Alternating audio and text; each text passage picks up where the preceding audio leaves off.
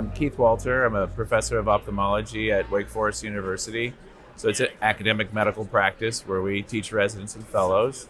I've been on faculty now for about 25 or more years, and I do mostly cornea and refractive surgery. I invented the EndoSerter probably about 15, 20 years ago with some help from Cornea Gen. Back then it was ocular systems. And we've always wanted it a little easier for the surgeons to use. And so the dream of like the EndoSerter coming preloaded is finally come to fruition. So we're excited about that. So the EndoSerter really helps surgeons insert tissue in a very timely fashion, easy fashion, makes DSEC even easier than it already is. So the unmet need for at least now the preloaded EndoSerter was we had to cut our own tissue. Sometimes the tissue didn't cut very well in the OR, and sometimes you get a little gap and you would not have a complete, you have to do the rest by hand with some scissors. The other thing is there has been an Optisol shortage, and so now this is stored in just a few cc's of Optisol.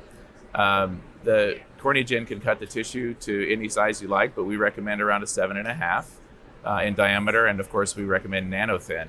So those types of things make this tissue stick, I think, easier, so that helps with less rebubbling.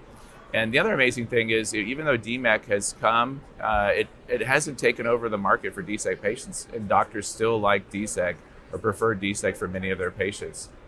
The other thing that this has helped with is costs. The EndoSerter does cost some money, and normally it wouldn't be covered by the facility fee or it wouldn't be covered by insurance, and the doctor would have to sort of pay out of their own pocket to use it.